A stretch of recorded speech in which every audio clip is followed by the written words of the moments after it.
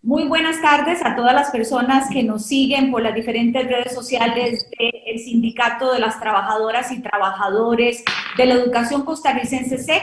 Este es el segundo encuentro de candidatos organizado por este sindicato con el objetivo de discutir un tema tan importante a nivel nacional que es el tema de la educación.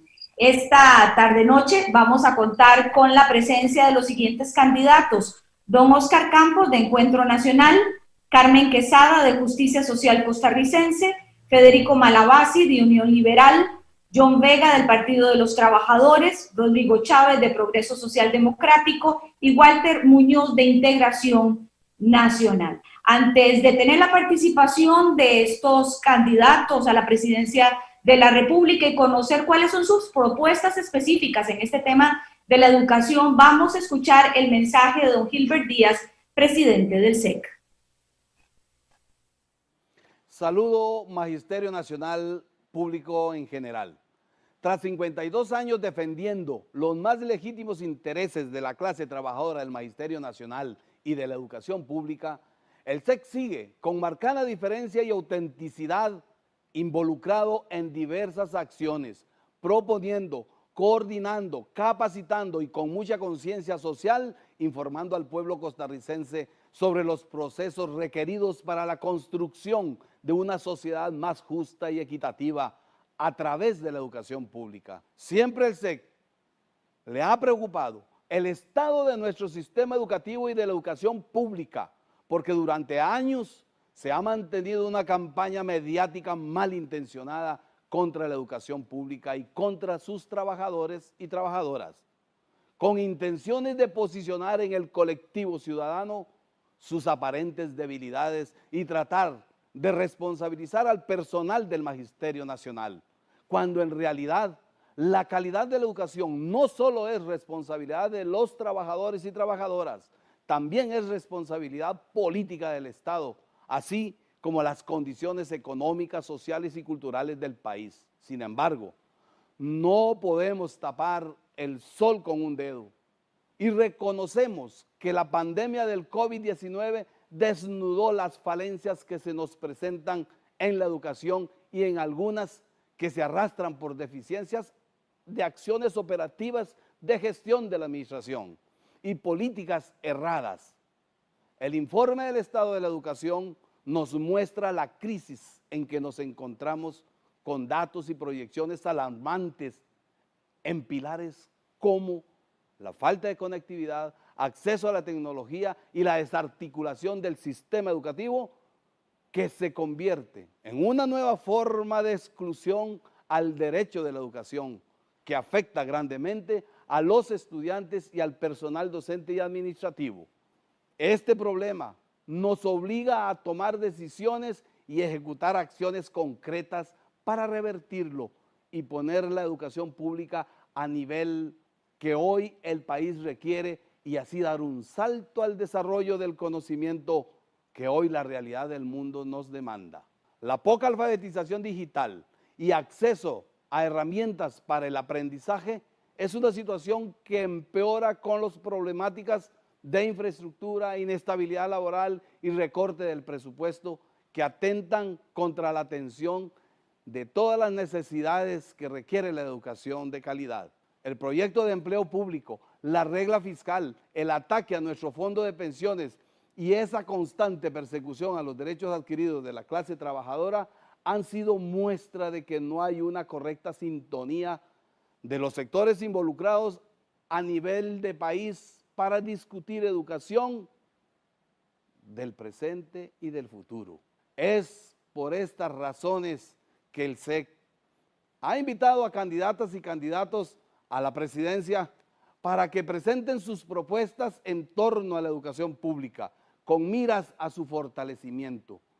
Y nos complace tener hoy acá, en este escenario, a una importante representación política para que exprese sus puntos de vista en tan álgido e importante tema como es la educación, para poder escuchar sus posiciones y respuestas que permita a la población en general y al Magisterio Nacional hacer sus valoraciones, meditar, pensar por quién votar de manera informada y permita esa incidencia muy responsable en el próximo periodo de gobierno. Agradecemos la presencia de ustedes y de toda la audiencia que nos seguirá por este canal y las redes sociales.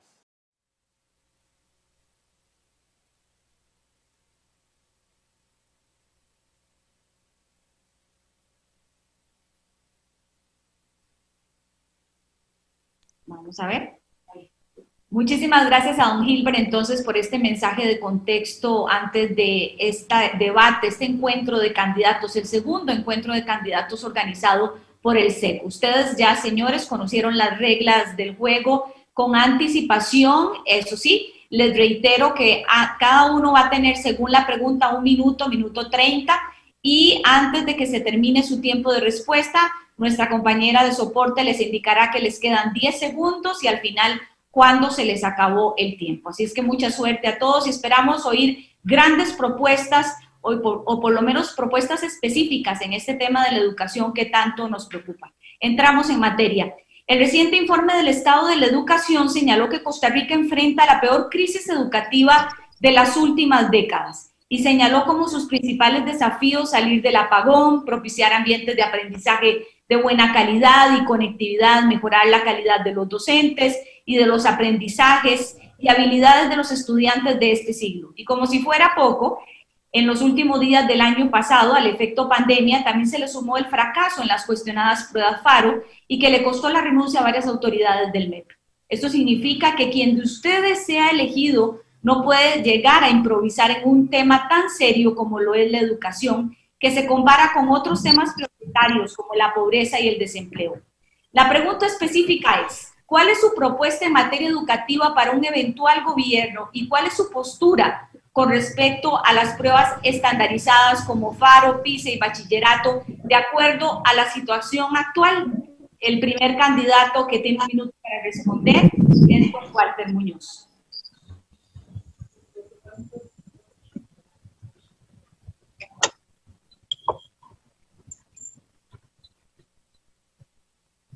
Perfecto, me indican que don Walter tuvo algún problema con su conexión, entonces vamos con don Rodrigo Chávez. Muchas gracias, doña Patricia, un saludo a todos los miembros del SPEC. El tema de la educación es fundamental, no hace falta hablar de eso, sí necesitamos tomar acciones inmediatas que tienen que ver fundamentalmente con la administración del ministerio. No podemos seguir nombrando gente con ocurrencia, gente que no son profesionales. Tenemos que mejorar los sistemas computarizados y la administración del MEP. No puede ser posible que el MEP no pueda crear una planilla por cómputo bien hoy, mucho menos evaluar la calidad de los insumos educativos ni los resultados. Sobre las pruebas estandarizadas específicamente, necesitamos poder entender cuáles son las brechas de desempeño para entender cuáles son y la causa para remediarlas. Tenemos un deterioro constante en los últimos 30 años de la calidad de la educación y ahora tenemos un apagón educativo que hay que entrarle como una emergencia nacional, identificando a los estudiantes que se quedaron atrás y además dándoles apoyo extraordinario. El problema no son los educadores ni los educandos, el problema es la pésima administración y las ocurrencias que han tenido en ese ministerio en las últimas ya varias administraciones. Muchísimas gracias, don Rodrigo. Mientras le damos tiempo que don Walter se pueda volver a conectar, le damos la palabra a don John Vega, del Partido de los Trabajadores. Sí, muy buenas tardes. Saludos, Patricia, a los compañeros, colegas, docentes de todo el país que siguen esta transmisión. Mi nombre es John Vega Macís, yo soy docente de secundaria activo. Trabajo en 2 instituciones públicas de este país que forman a estudiantes en el área técnica, en mi caso como profesor del área académica. Así que cuando hablamos del tema de la educación, estamos hablando primero de mi futuro laboral y el futuro de todos nosotros, y especialmente del futuro de nuestros hijos e hijas que dependen de esa educación pública. No se vale venir a decir ahora que la educación está en crisis sin señalar a los responsables de esa crisis. La pandemia lo que hizo fue agravar problemas que ya traemos hace décadas, provocados por una clase política que ahora se quiere vender como la solución a esos problemas que ellos mismos provocaron. Nosotros creemos que hay que defender el presupuesto de la educación pública. Es una barbaridad que ante una tragedia educativa como la que estemos viviendo se esté recortando el presupuesto para la educación.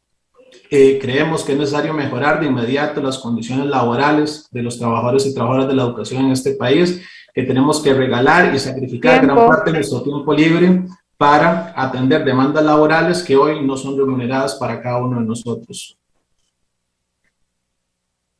Muchísimas gracias, don John. Le damos el turno ahora a don Federico Malavasi, del Partido Unión Liberal.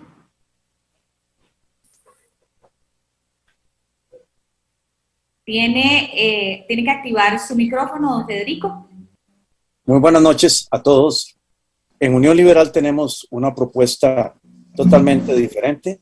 Creemos que hay que descentralizar absolutamente el Ministerio de Educación Pública, que ha sido un fracaso y uno de los grandes responsables del apagón educativo de más años de los que parece. Esto es muy doloroso para los costarricenses porque el apagón ha afectado a los más vulnerables, a los más necesitados de esta educación y significa un daño irreversible en su futuro. Nosotros proponemos repartir el presupuesto a través de vouchers para que los padres de familia y las familias sean las que puedan incidir directamente en el tipo de educación que habrá de darse a sus hijos. Esto unido a la descentralización y otras instituciones nos parece que cambiará absolutamente el panorama de la educación costarricense.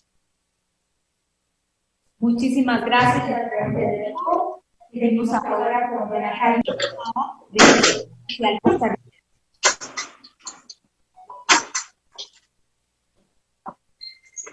Doña Carmen, ¿es su turno?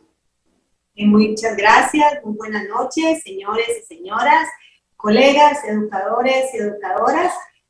Soy educadora hace 27 años y puedo decirles que conozco las necesidades de nuestro sector.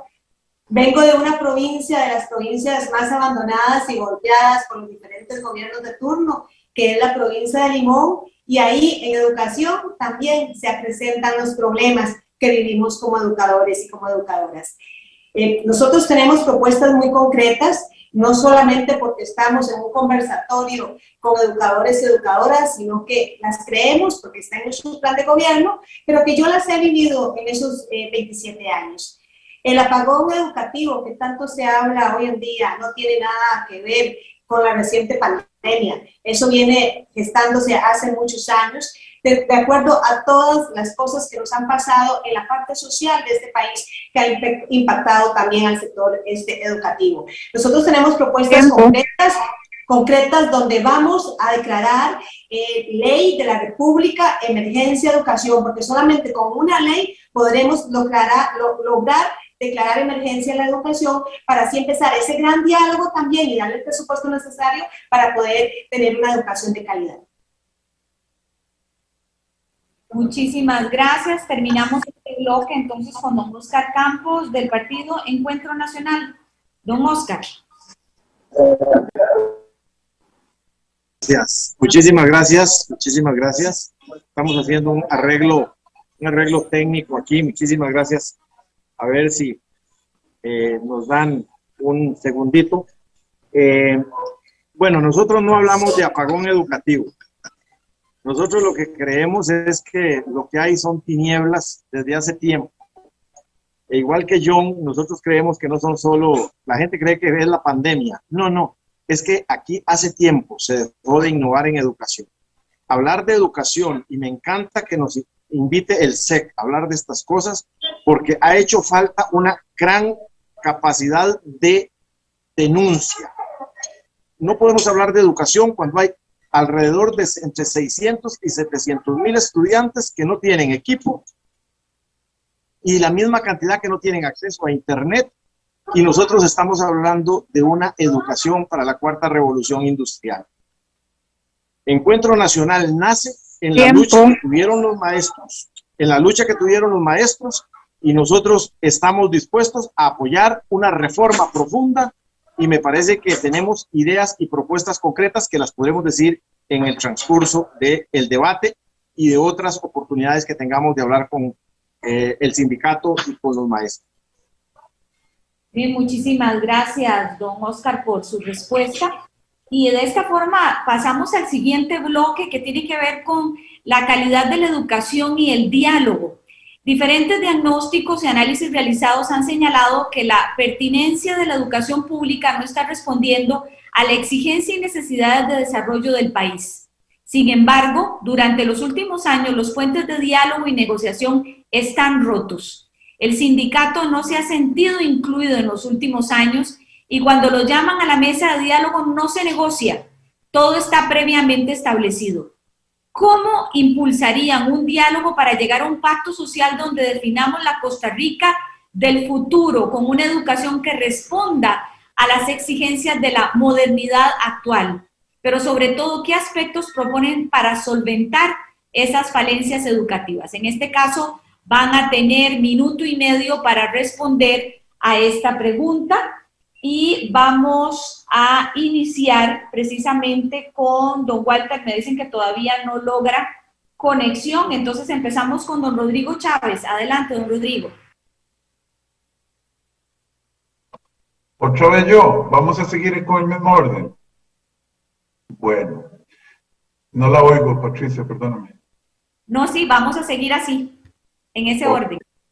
Muchas gracias. Mire, el problema de la educación en Costa Rica, como yo dije, es un problema de gerencia. Es un problema en el que no podemos medir ni siquiera la calidad de los insumos ni de los resultados. Hemos visto cómo Costa Rica se deteriora a través del tiempo, la educación nuestra. De hecho, el 96% de los estudiantes que ingresaron a la Universidad de Costa Rica este año fallaron el examen de educación en matemáticas. Además, nos deterioramos con respecto a los otros países del mundo en una economía en que el estudiante de allá, del Huarco de Alajuela, no está compitiendo contra otro estudiante aquí en Costa Rica, sino contra un estudiante en Irlanda y Singapur.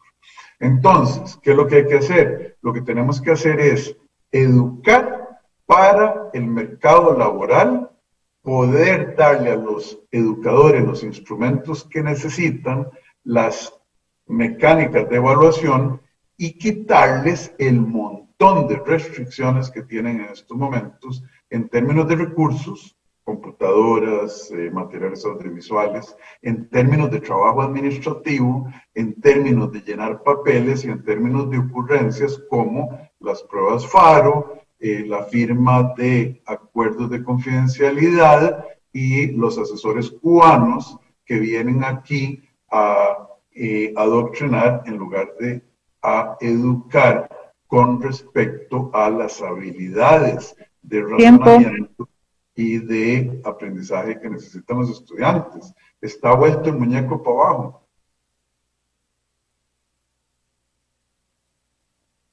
Muchísimas gracias, don Rodrigo. Le damos el turno a don John Vega. Sí, bueno, primero retomando el tema del diálogo. Acá este gobierno hay que reconocer que ha sido profundamente autoritario. Nosotros lo dijimos en medio de la segunda ronda electoral hace ya 4 años, creemos que no nos hemos equivocado y lamentablemente se han ido destruyendo una serie de derechos laborales muy importantes en este país. Se impuso una ley que significa una mordaza hoy para los trabajadores del sector público y del sector privado para que podamos defender aspectos tan importantes como la educación pública, con la llamada ley antihuelgas pactada por Liberación Nacional, por el Partido de Acción Ciudadana. Entonces, efectivamente, para que puedan avanzar las demandas de la clase trabajadora hay que conquistar el derecho a la movilización, el derecho a la organización, para poder reivindicar y defender la educación pública de esos ataques que está sufriendo, no de ahora, sino desde hace mucho tiempo. En relación al modelo educativo, se nos ha impuesto un modelo profundamente excluyente, en una realidad educativa donde el 40% de nuestros estudiantes el año pasado vivían en pobreza. Las medidas que se han tomado de cara a este próximo curso electivo van a reafirmar esas dinámicas de exclusión, por eso creemos que tiene que haber más inversión en educación pública y defender esa educación pública de esos voraces intereses que quieren privatizarla con discursos que ya fracasaron en muchos países del mundo. Muchísimas gracias, don John. Solo para reiterarles la pregunta, ¿cómo impulsarían un diálogo para llegar a un pacto social donde definamos la Costa Rica del futuro, con una educación que responda a las exigencias de la modernidad actual? Muy importante para refrescarles esa pregunta y seguimos con don Federico Malavasi. Gracias. El diálogo es esencial en un sistema democrático. Hace bastantes años participé en la concertación nacional y tuvimos mucho éxito. Se sentaron las bases para la apertura en las telecomunicaciones, al menos en las comisiones en las que yo participé, y se medio sentaron las bases para tratar de arreglar el sistema de pensiones, aunque el cambio no fue completo ni contundente. Yo estimo que en una democracia, en un sistema republicano, el diálogo es tan importante o más importante que el propio voto. También hay que entender que en una elección, un partido que lleva gente al gobierno, sea al Poder Ejecutivo o al Poder Legislativo, también tiene algún derecho de impulsar sus programas, puesto que la gente ha votado por estos programas. Pero ciertamente es elemental en un sistema democrático el diálogo, mantener las vías de comunicación abiertas. La gente a veces se pone muy aprehensiva cuando no entiende lo que pasa, lo que se quiere hacer, lo que se va a hacer o lo que se pretende hacer, y entiende las ventajas de algunas cosas. Y algunos incluso de antemano señalan a la negativa cosas que pueden mejorar ampliamente la educación en el país, que es lo que nosotros pretendemos a través de nuestras propuestas.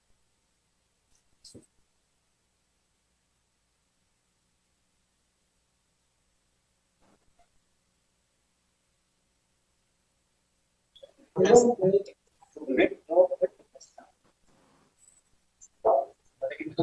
sí. Ahora, doña Carmen, es su turno. Bueno, el modelo que nosotros queremos mantener en la educación costarricense no tiene que ver con el modelo de muchos de los candidatos a la presidencia, que es una educación para formar trabajadores y trabajadoras para el mercado laboral. Si no queremos como educadora formar personas de bien, personas íntegras, con valores, que también puedan tener las capacidades para poder ocupar ese mundo laboral, pero ante todo formar personas. Y a partir de eso, creemos que esa formación de personas la implementaremos también con el sector de educación en ese diálogo que necesitamos que se dé transparente, honesto y sobre la mesa. No cuando hacemos esas reunioncitas de tomar café, donde lamentablemente solo se escucha y las propuestas de nuestro sector, el sector educativo, quedan en el olvido. Justicia Social Costarricense se compromete con mi sector, con nuestro sector como educadora, a tener ese diálogo necesario para reformar el sector educativo, esa gran reforma que necesitamos como costarricenses, como lo necesita nuestra niñez y nuestra juventud, en medio de un diálogo para lograr esos grandes acuerdos, donde construyamos juntos el currículo que necesitamos, que nos pongamos de acuerdo con las universidades públicas y por qué no también con las privadas, para el modelo de educador y educadora también que necesitamos, y que también la acreditación de la carrera de educación sea obligatoria. Muchísimas gracias, doña Carmen. Tenemos que nos han escrito que no se ve la transmisión en el Facebook del SEC. Ahí hay un link que los lleva directamente al canal de YouTube, donde pueden ver sin problema el debate. Entonces es simplemente entrar al Facebook del SEC, darle clic al link y los lleva de inmediato para que puedan ver todo el detalle de esta transmisión. Y terminamos este bloque con don Oscar Campos.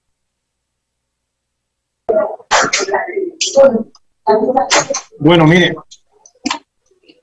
yo soy esposo de maestra.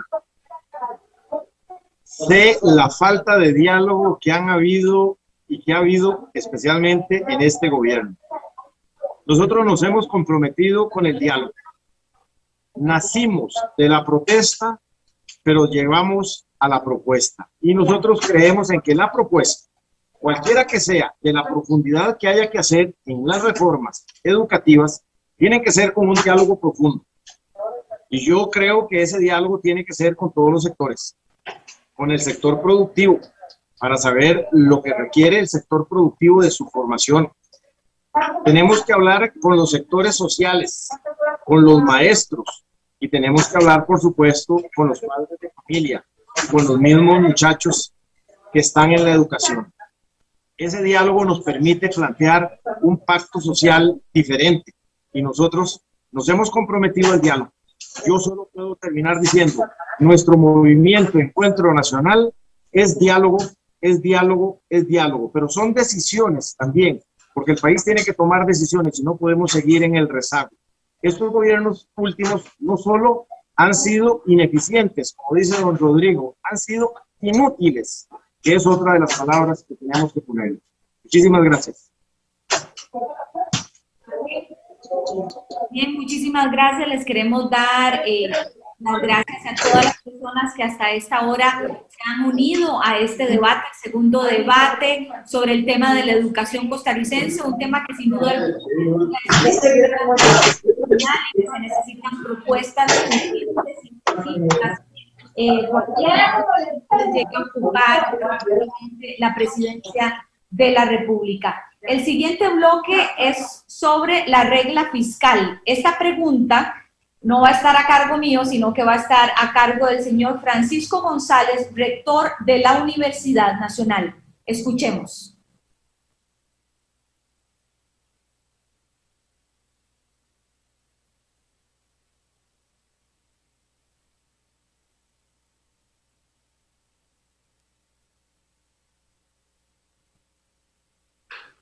Ya casi la tenemos al aire. Es claro que la situación económica que atravesamos como planeta y especialmente como país urge de atención prioritaria, especialmente en materia de crisis fiscal y reactivación económica.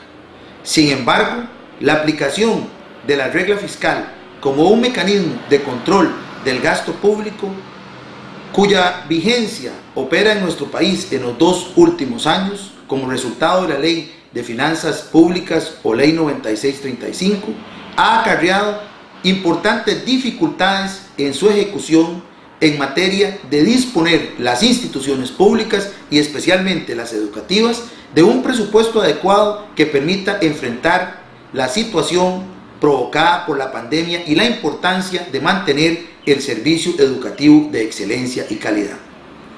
Hoy es claro que la aplicación de la regla ha generado distorsiones importantes en el quehacer de las instituciones públicas y las tiene prácticamente al borde de un cierre técnico. Una regla fiscal como la que tenemos requiere de un análisis riguroso respecto a los impactos que en este momento está teniendo sobre la institucionalidad pública en su conjunto.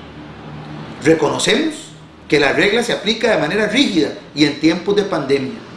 Por lo tanto, urge de una revisión integral. Ustedes, personas que están aspirando a la presidencia de esta república, si el voto popular así lo consideran, están dispuestos a hacer un análisis pormenorizado, orientado a modificar la actual regla fiscal de manera que permita un balance en el ajuste entre la crisis y el sostenimiento de las finanzas públicas, pero también el bienestar y el Estado social de derecho que ha impulsado y ha hecho grande a nuestro país. Bien, muchísimas gracias a don Francisco González sobre esta exposición que nos hace sobre el tema de regla fiscal. Ahí la pregunta entonces, ¿estarían dispuestos a que la educación quede fuera de la regla fiscal? Sí, no y por qué. Don Rodrigo.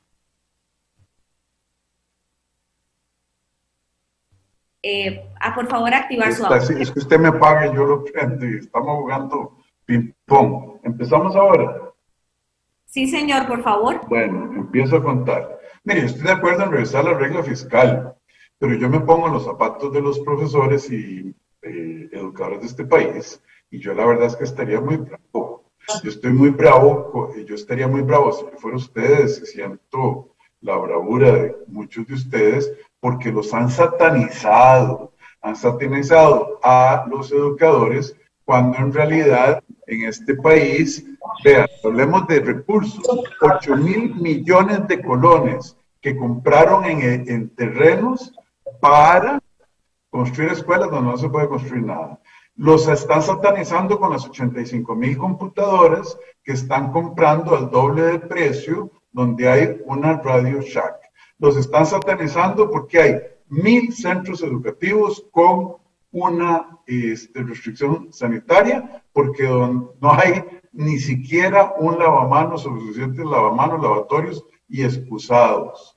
Los están satanizando por las pruebas FARO. Les están echando la culpa de lo que es obviamente una serie de ocurrencias donde les tienen leyes que si cualquier cosa pasa, le llama la atención, entonces es responsabilidad de ustedes. Y peor, los están obligando a pasar a todos los educandos, tengan o no tengan los niveles de aprendizaje.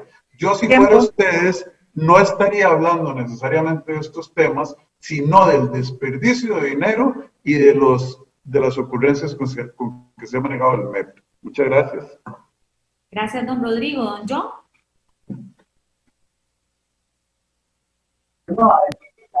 John, ahora active su audio. Gracias. Sí, perdón.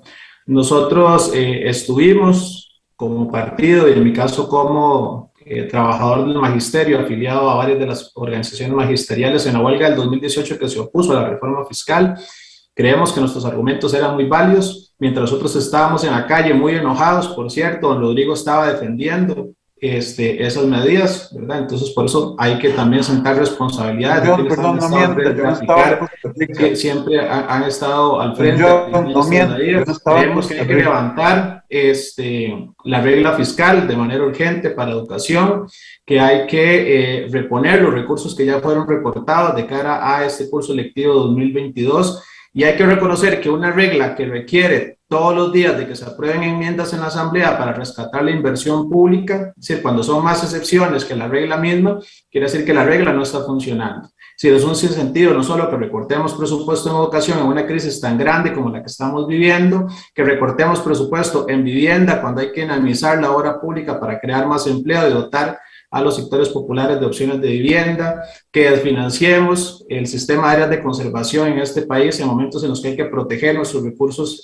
naturales, y que inclusive pongamos en riesgo hasta la propia medición de resultados a través del INEC, que tuvo que aprobarse mecanismos especiales para que se pudiera censar en este país algo básico y fundamental para medir la pobreza y diagnosticar la crisis que la clase política ha generado en este país, que ha profundizado la crisis en educación y la crisis económica en general. Por supuesto que hay motivos para estar indignados con todos esos que han defendido esas medidas de recortes presupuestarios.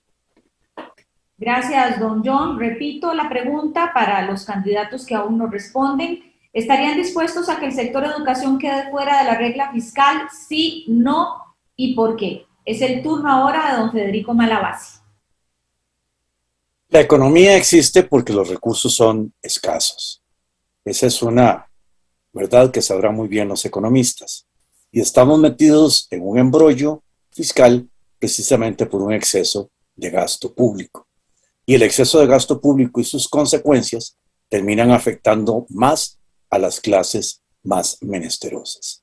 Son medicinas que duelen mucho, son medicinas que impactan mucho, pero que precisamente se llega a ellas por una mala administración, por una irresponsable administración o por no entender las reglas de la economía. La jarana siempre sale a la cara. Ciertamente, lo que enfrentamos más que un problema de falta de recursos es un problema de mala administración. Un problema por un centralismo burocrático elefantiásico en el MEP. Y eso tiene nombres y apellidos. Pasa por juntas de educación, pasa por gestión de ministros, pasa por gestión de los recursos. Y esto no tiene perdón de Dios. Y si usted les da más dinero, van a seguir haciendo las cosas mal, porque no se sientan responsabilidades. No me gusta que desde una universidad pública, que son nuestras Torres de Marfil, y menos con la foto del padre Núñez atrás, que optó por la universidad necesaria, no por la de la excelencia, se nos haga este llamado. Son de verdad ocasionadoras del exceso de gasto público en este momento con lo que se hizo en la administración de Luis Guillermo. Tiempo. Doña Carmen Quesada, es su turno. Por supuesto que sí hay que hablar de regla fiscal. El Partido Justicia Social Costarricense tiene en su programa de gobierno revertir toda ley que sea regresiva y que violente la institucionalidad y los derechos de los y las costarricenses. Y por supuesto que la regla fiscal es una de ellas. Y no solamente estaríamos de acuerdo de excluir de la regla fiscal al sector de educación, sino a otros sectores. Nosotros queremos renegociar con el Fondo Monetario Internacional porque realmente creemos que estas negociaciones lo que hacen es violentar nuestra soberanía y nos están diciendo qué hacer y cómo recortamos prácticamente, y en este caso en educación. Justicia Social Costarricense está al lado de los educadores y se compromete a excluir al sector educación, y quisiéramos excluir a todos los demás sectores mediante esta negociación. Entonces, concretamente, sí estamos de acuerdo y vamos a llegar a revertir todas esas leyes que le hacen daño al sector de educación. Porque resulta que con todos estos recortes no se piensan en las provincias como de Punta Arenas, Limón y parte de Guanacaste y muchos lugares de la gran área metropolitana, donde nuestros estudiantes necesitan las becas, donde nuestros estudiantes necesitan el transporte escolar y también necesitan el comedor escolar. Así que nosotros estaremos apoyando estos programas y buscaremos el dinero realmente donde está y donde debe de pagarse, que es en grandes evasores de impuestos, grandes elusores de impuestos, y ahí es donde, en el contrabando, en el narcotráfico, ahí es donde tenemos que buscar los dineros que necesita el pueblo costarricense. Muchísimas gracias, doña Carmen. El turno de don Oscar Campos. Muchísimas gracias, Patricia, y a todos los compañeros. Nosotros estuvimos en contra de la regla fiscal desde el principio y estuvimos a la par del pueblo que estaba en las calles, no solo los maestros, también estaban los agricultores y pequeños y medianos empresarios. Nosotros creemos que la regla fiscal hay que revisarla, tiene enormes baches, enormes injusticias, y me parece que la regla fiscal al final no cumplió los objetivos y está estrangulando. En el 2022 va a ser peor. Mi primer compromiso acá es revisar la regla fiscal, inclusive para la aplicación en el mismo 2022. La regla fiscal es tan inútil que al final lo que hizo es como las serpientes que están mordiendo a los de pies descalzos. Tiene afectados a los agricultores, a la canasta básica, al pueblo indefenso, pero excluyó al Tribunal Supremo de Elecciones, a la Corte Suprema de Justicia y a un montón de altos funcionarios, incluyendo a las mismas universidades, que me parece que hay que entender que efectivamente la regla fiscal tiene enormes baches que hay que revisarlas. Yo me comprometo a revisarlas. No me comprometo a decir que el sector de educación se queda fuera, porque me parece que es irresponsable. Nosotros tenemos que hacer una revisión general. Y en educación, sí debo agregar, nosotros estamos dispuestos a que es el rubro más importante de la inversión que un país debe hacer para recomponer su economía y lograr el desarrollo económico y social con equidad. Es la educación y por eso no tendremos duda en invertir en la educación.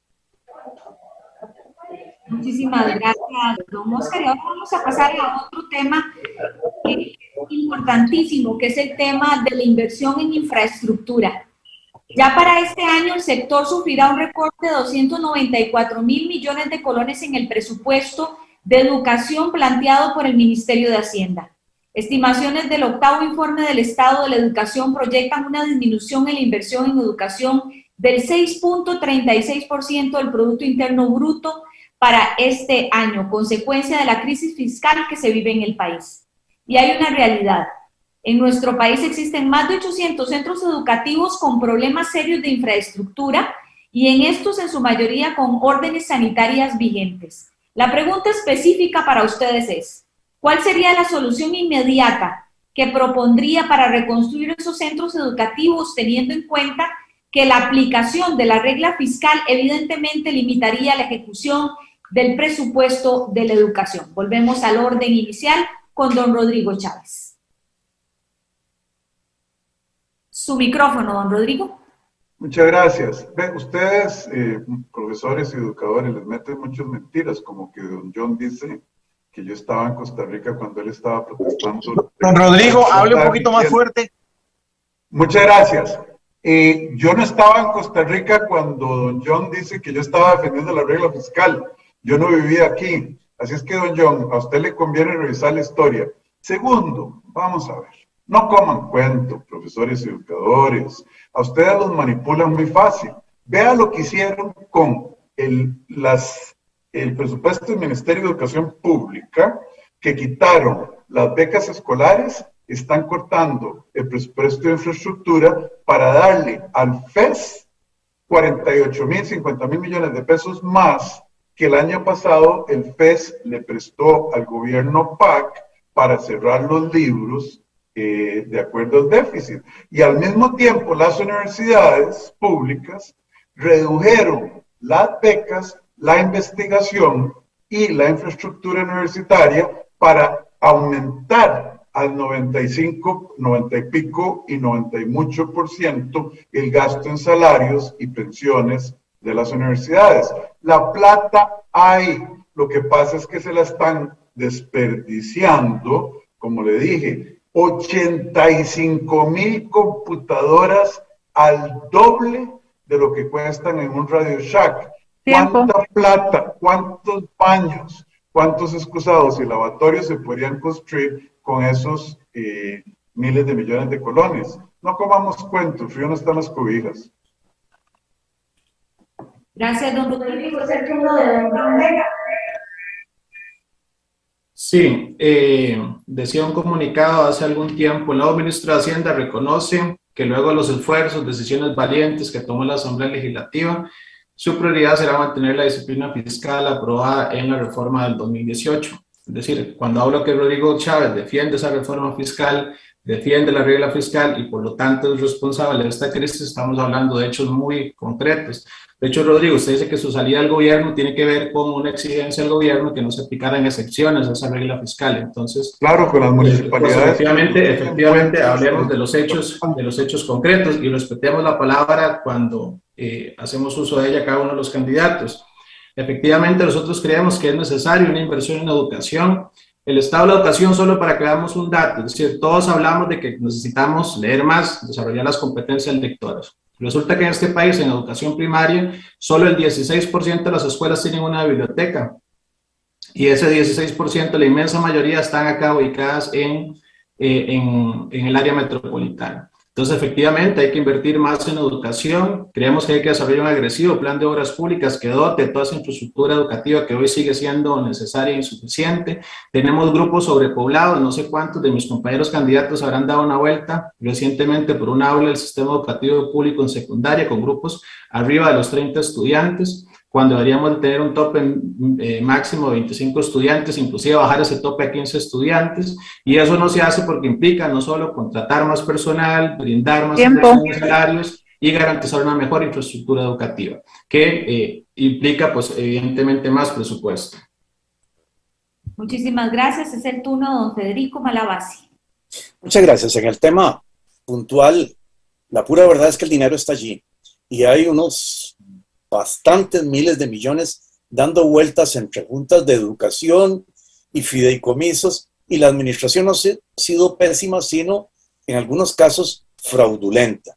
Las necesidades de estas casi 1.000 centros educativos con orden sanitaria de cierre muestran además una inequidad curiosa, porque si en el sector privado pasara lo mismo, estarían cerrando los centros de educación y el Estado hace reglas que no puede aplicarse él mismo. Entonces, esto nos muestra una pésima administración, un trato fraudulento con recursos públicos, y usted no puede arreglar eso echándole más plata, porque el borracho o el irresponsable que gasta más el dinero, si usted le tira más dinero, lo va a seguir gastando mal. No hay que clamar por más recursos, sino por una administración correcta del sistema, si es que se puede llamar sistema educativo. Han perdido dineros en agendas contra cultura, han perdido dineros en mensajitos corrongos, como hizo algún ministro por acá, han perdido dinero incluso en temas como la objeción de conciencia, y realmente no es un tema de falta de recursos, sino de mala administración. Y alterar la regla fiscal puede traernos más perjuicios en Costa Rica, y eso es importante que lo digamos y lo reconozcamos. No se puede ser irresponsable en este tema. Muchísimas gracias, don Federico. Doña Carmen, su turno. Bueno, el problema de algunos economistas como Rodrigo es que subestiman a los y a las educadoras.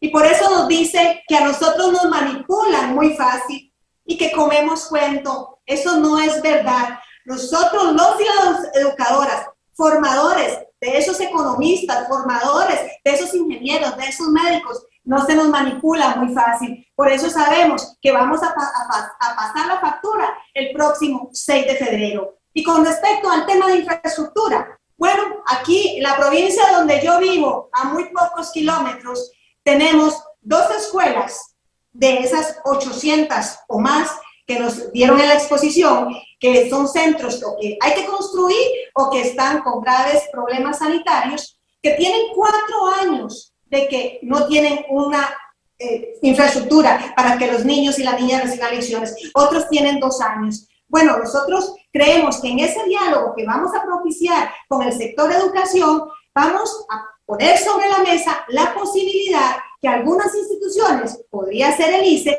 nos ayuden a construir esas instituciones, esos centros educativos que requiere la población costarricense para que esto sea más ágil, pero por supuesto no rebajando ni un solo 5 de ese 8% a la educación costarricense, que es para el presente y el futuro de nuestra niñez y de nuestra juventud, porque no solamente son el futuro, sino que son el presente. Tiempo. Y nosotros como educadores y educadoras, orgullosos de nuestra profesión, no vamos a permitir que nos digan que nos manipulan así de fácil.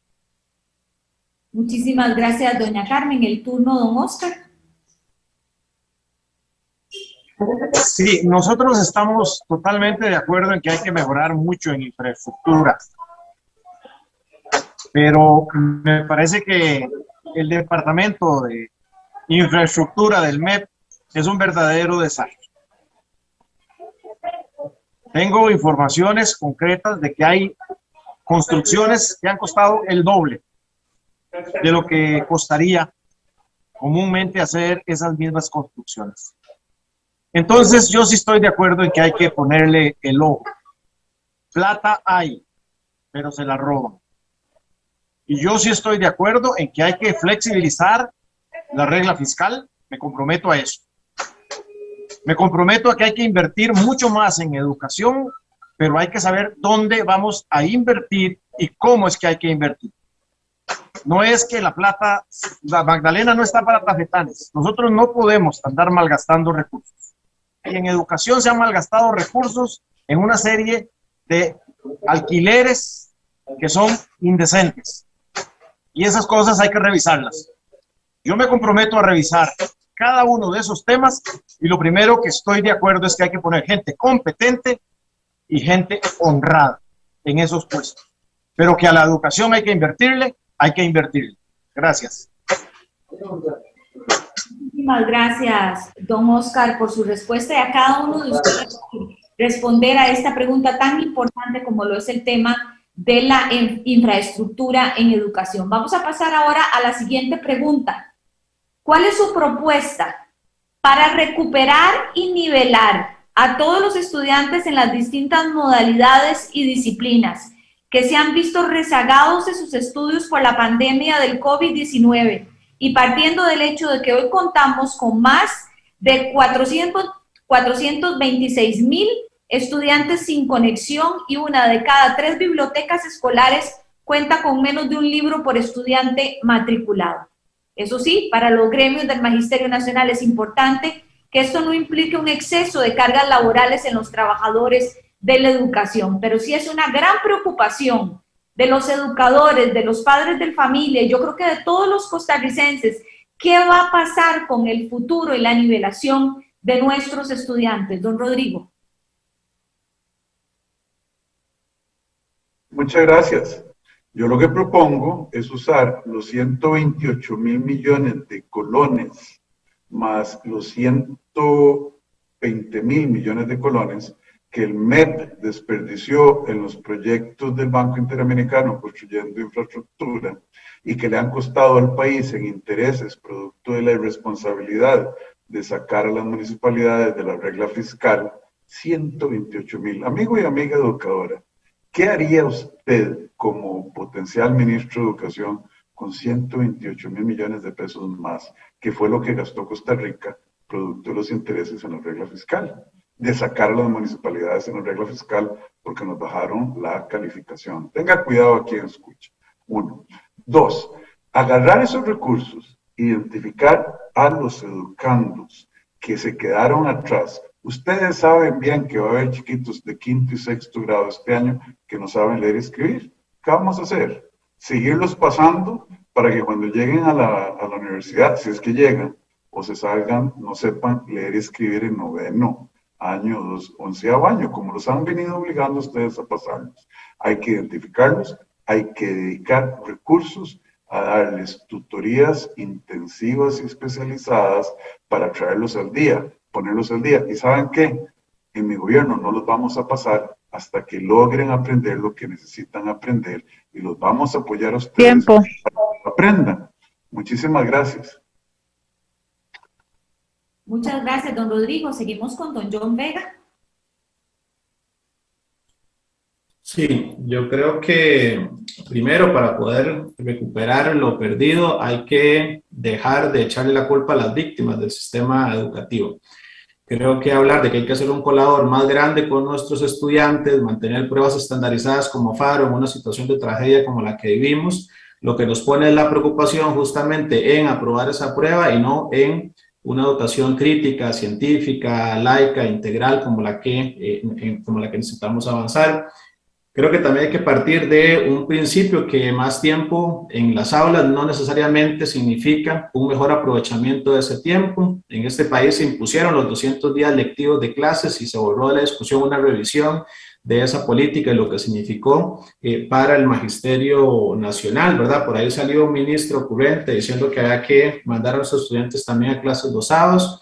Efectivamente hay que revisar el currículo educativo que no lo definimos los educadores, es decir, y no se define tampoco por parte de nuestros estudiantes, y efectivamente priorizar y definir con ellos una currícula priorizada en los últimos años, en los próximos años, perdón, que hoy no está ocurriendo. Es decir, hoy desde ese círculo del Olimpo, que es el Consejo Superior de Educación, en gran parte responsable por toda esta crisis que vive el sistema educativo, se nos imponen esas políticas sin participación democrática. La vuelta a la presencialidad, por ejemplo, fue impuesta sin respetar los organismos más básicos de participación que tenemos los trabajadores, como la Junta Paritaria, donde participan las organizaciones magisteriales. Y los trabajadores hoy no somos los que definimos las políticas educativas. Tiempo. Y por supuesto que tampoco se respeta los intereses de nuestros estudiantes. Don Federico Malavasi. Qué cuestión tan difícil, doña Patricia.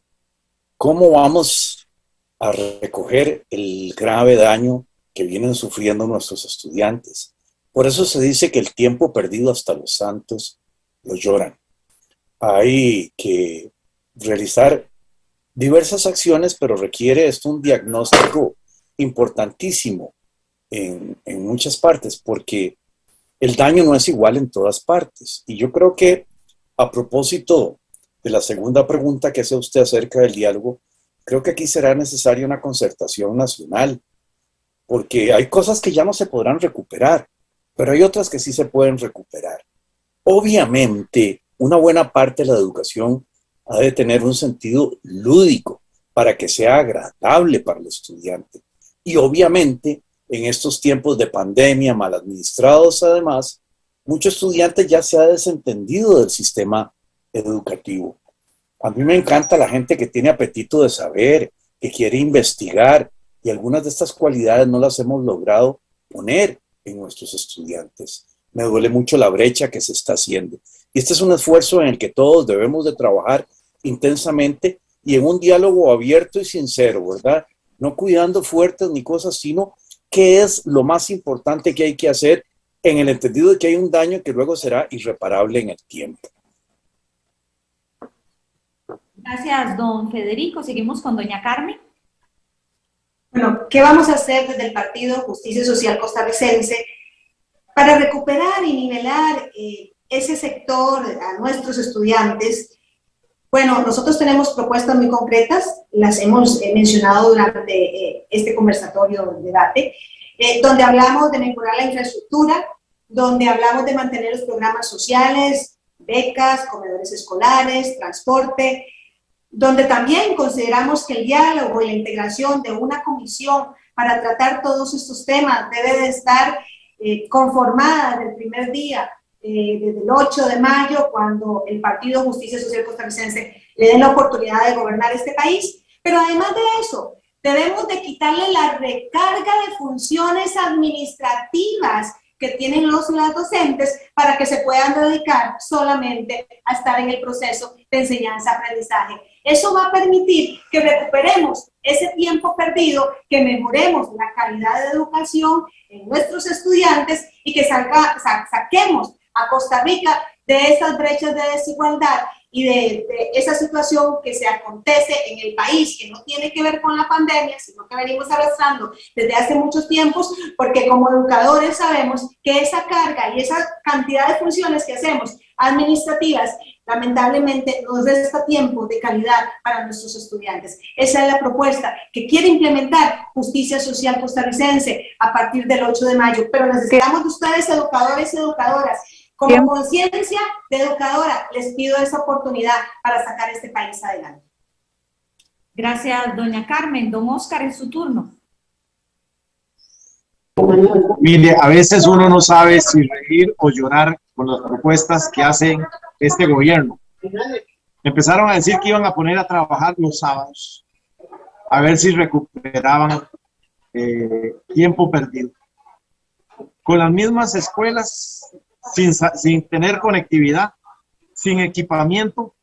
Mire, lo primero que hay que hacer es, cuando un administrador es así de inútil, es sacarlo. Lo primero que hay que hacer es sacar a estos inútiles inquilinos del Ministerio de Educación.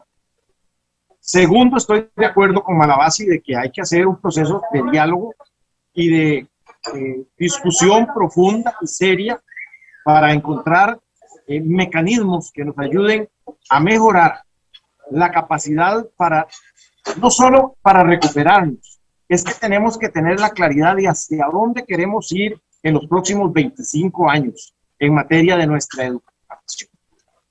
En el Encuentro Nacional no descarta ninguna opción, pero tenemos claro que la primera opción es dotar de equipamiento.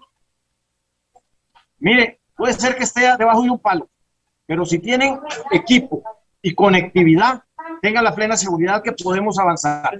Y entonces vamos a tener equipamiento, el que se requiera. Si es 1 millón de computadoras, las vamos a tener. El Salvador acaba de hacerlo con éxito rotundo. El 8 de mayo nosotros daremos las instrucciones para que se tenga la conectividad del caso. Y después tendremos que hablar también de la capacitación que por supuesto hay que darle a nuestros educadores. Y ellos mismos han pedido que requieren más capacitación. Bien, muchísimas gracias a todos por respuestas a esto. Como ustedes lo saben, nos tienen preocupados a todos los costarricenses, a los educadores, a las educadoras, a los padres de familia, al costarricense en general. Este tema de la educación se las trae. Yo creo que es uno de los más importantes en los que hay que intervenir apenas alguno de ustedes empiece a hacer gobierno ya una vez que se defina quién será el próximo presidente de Costa Rica. Pero la educación sin duda alguna es una emergencia nacional y yo sé que todos ustedes coinciden conmigo en este tema. Pasamos a la siguiente pregunta. La calidad de la educación de un país depende de la calidad de su personal docente y administrativo. ¿Qué condiciones laborales y salariales ofrecerían a las trabajadoras y los trabajadores del sistema educativo para mejorar y fortalecer la calidad de la educación? Hoy, cuando se han violentado sus derechos, como la suspensión del pago de sus anualidades, el aumento del costo de vida, el no pago de la zona de menor desarrollo y otros que afectan la calidad de vida de sus familias. A pesar de las grandes luchas, que el sindicato que el SEC ha dado con justicia y argumento. Esa es la pregunta, señores. ¿Qué condiciones laborales y salariales ofrecerían a las trabajadoras y trabajadores del sistema educativo para mejorar y fortalecer la calidad de la educación? Don Rodrigo. Muchas gracias. Lo primero que hay que hacer es proteger el poder adquisitivo de los salarios existentes. En el año 1980, los educadores de este país pagaron un impuesto del 80% de su salario, producto de la irresponsabilidad fiscal que llevó a ese nivel de inflación y a una devaluación brutal de la moneda costarricense. Entonces, no hay ni educadores ni educandos exitosos en un país que esté fracasado económicamente. De hecho, una pensión de $750 en Venezuela, antes de que llegara Hugo Chávez, hoy vale 11 centavos de dólar en términos de poder adquisitivo. Segundo, tenemos que entender que la educación en este país es una prioridad, no solo una emergencia. La convirtieron en una emergencia. Entonces, yo que sí le he dado la vuelta al mundo, viendo que funcionan sistemas educativos, le puedo decir que países como Corea tienen estándares de admisión a la Facultad de Educación más altos que Derecho, más altos que Administración de Negocios y otras universidades y otras carreras.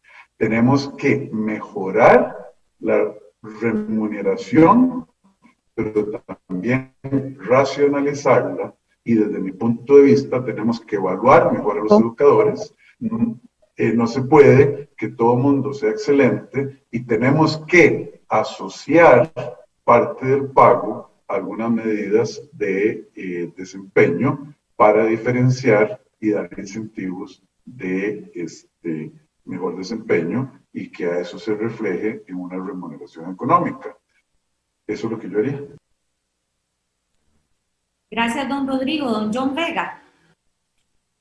Sí, primero, pues hay que reconocer que se ha profundizado la precariedad laboral. Desde el 2017, los empleados públicos en los hechos en este país no recibimos un aumento salarial, mientras que cerramos ya diciembre con un crecimiento muy, muy grande en la inflación. Ya la reforma fiscal dispuso enterrar prácticamente, a partir de que se supera esa barrera del 60% del PIB de endeudamiento, los ajustes salariales, y es de lo que vive la gente.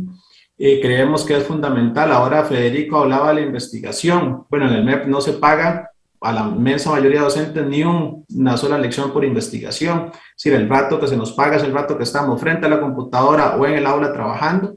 A un porcentaje muy, muy pequeño de docentes se les reconocen apenas 4 lecciones de 48 que imparten de planeamiento para que puedan preparar sus clases, desarrollar sus actividades, realizar su trabajo. Es decir, lo que tenemos es un trabajo sobreexplotado que demanda más de 20 horas a la semana y que para algunos compañeros y compañeras, especialmente para las mujeres que en esta sociedad tienen recargadas las tareas de cuidado, implica una sobrecarga muchísimo mayor. Hay que reconocer ese tiempo, hay que reducir el tamaño de nuestros grupos, es decir, estamos de acuerdo que se nos exija a los docentes, pero que se nos dote de condiciones. Es decir, hoy grupos de 35, 37, 42 estudiantes, he visto listas yo en nuestro sistema educativo, y eso es una barbaridad. Entonces, efectivamente, exijamos resultados dotando de condiciones dignas de trabajo y de empleo al Magisterio Nacional.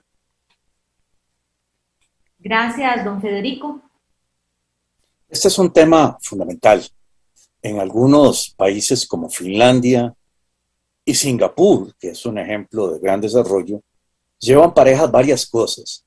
Primero, un gran desarrollo económico, que es importante. O sea, no se puede hacer chocolate sin cacao. Necesitamos un buen desarrollo económico.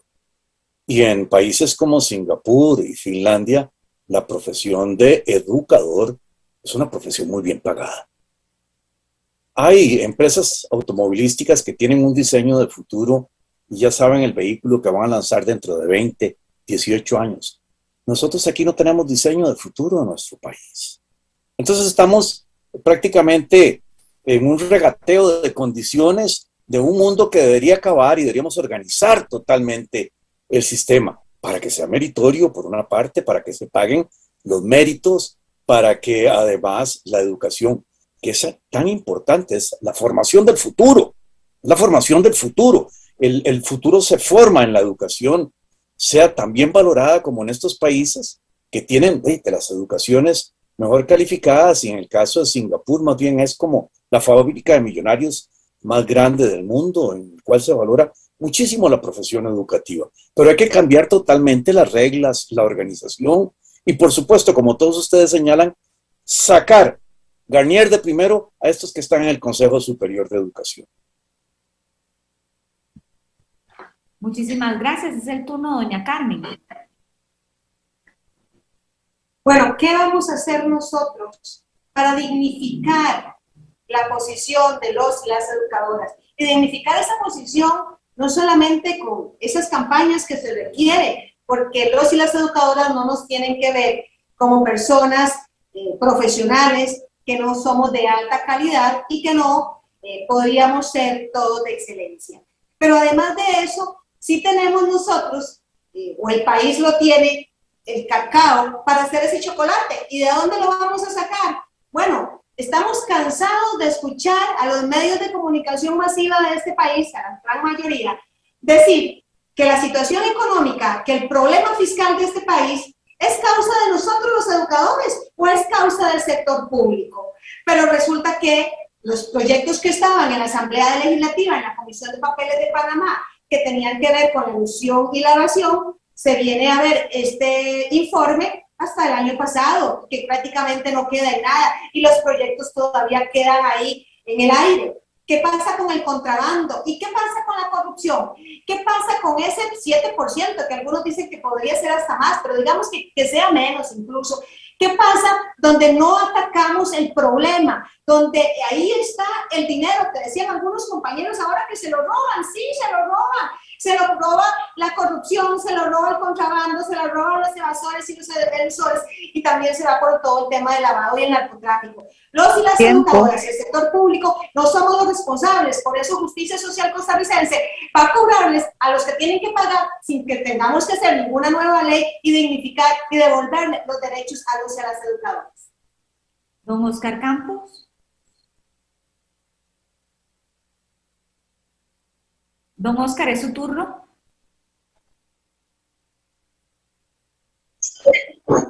Muchas gracias. Mire, yo creo que hay que trabajar en dignificar al educador. Aquí la gente en las campañas dicen, es que nosotros cambiamos el ejército por un ejército de maestros. Y después, acto seguido, los agarran a patadas. A mí me parece que prueba de ello es la ley de empleo público. Lleva razón doña Carmen de que aquí le echaron todas las culpas a los trabajadores, al empleado público, de que esos son el principal problema de este país. Y hay algunos que lo replican y lo creen, pero no se dan cuenta que efectivamente eso no es cierto. El principal problema es el malgasto, es la desviación, es el robo, es la deuda pública, es el gasto en la deuda pública, y que nadie quiere hablar de esos temas. La elusión y la evasión, que es galopante. Eso es determinante. En eso estoy de acuerdo con doña Carmen. El gobierno hace un ataque a los educadores en la mañana, en la tarde y en la noche. Y no hay nadie que salga a defenderlos. Los partidos tradicionales se han escondido. Y ahí yo recuerdo también que es necesario que los sindicatos hagan una campaña de defensa, porque a veces uno lo ve escondido. Las condiciones de vivienda.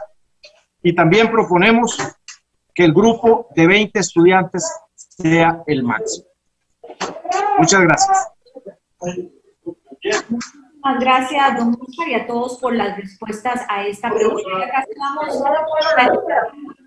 El Sindicato de Trabajadoras y Trabajadores de la Educación SECLES envió hace unos días un documento de compromisos de cara al futuro de la educación costarricense, con el objetivo de que nuestros niños, niñas, jóvenes y personas adultas tengan permanencia en el acceso a la educación, que se les permita aprender a desarrollar sus habilidades y valores para la construcción de una sociedad con la justicia social, libertad y democracia, inclusiva y equitativa.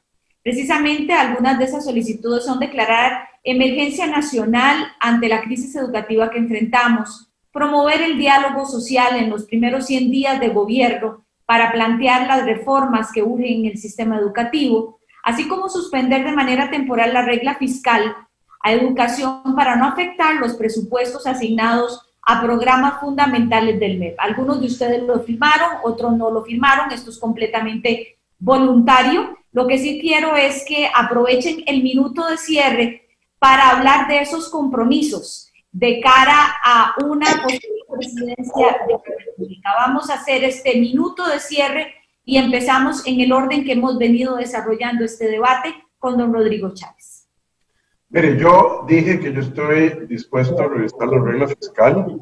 De hecho, me parece que una regla fiscal que dispare los controles con respecto al volumen de deuda pública es una deuda fiscal deficiente, porque lo que hay que hacer es ver no solo el monto de la deuda, sino la tasa de interés que está. Estoy dispuesto. Yo no estoy dispuesto a comprometerme, porque yo soy una persona muy transparente, a levantarle la regla fiscal al Ministerio de Educación Pública hasta que no hayamos hecho una revisión de la calidad del gasto de ese ministerio en cosas como corrupción, lotes, la dirección de infraestructura, las compras de las computadoras, etcétera, etcétera, etcétera. Y una reasignación de presupuestos dentro del ministerio. Yo estoy de acuerdo que hay que mejorar las condiciones laborales de los maestros, darles incentivos, darles más equipo, pero no es un cheque en blanco lo que yo podría comprometerme a hacer, porque no es mi naturaleza, ni es lo correcto por hacer. Ya les dije, cuiden su salario y el peor impuesto del mundo es la inflación. Muchísimas gracias, don Rodrigo. Don John Vega, su minuto de cierre. Sí, de nuevo agradecer a todos los que siguen este espacio. Creo que es un debate y una discusión fundamental. Hay algunos otros temas que no hemos abordado a profundidad, como el tema de la ley de empleo público, que efectivamente se ha convertido, en eso coincido con don Oscar, en un caballo de batalla contra los empleados públicos, pretendiendo que de esa manera se va a reducir la crisis fiscal que el país vive, sin discutir graves problemas con el problema del endeudamiento público.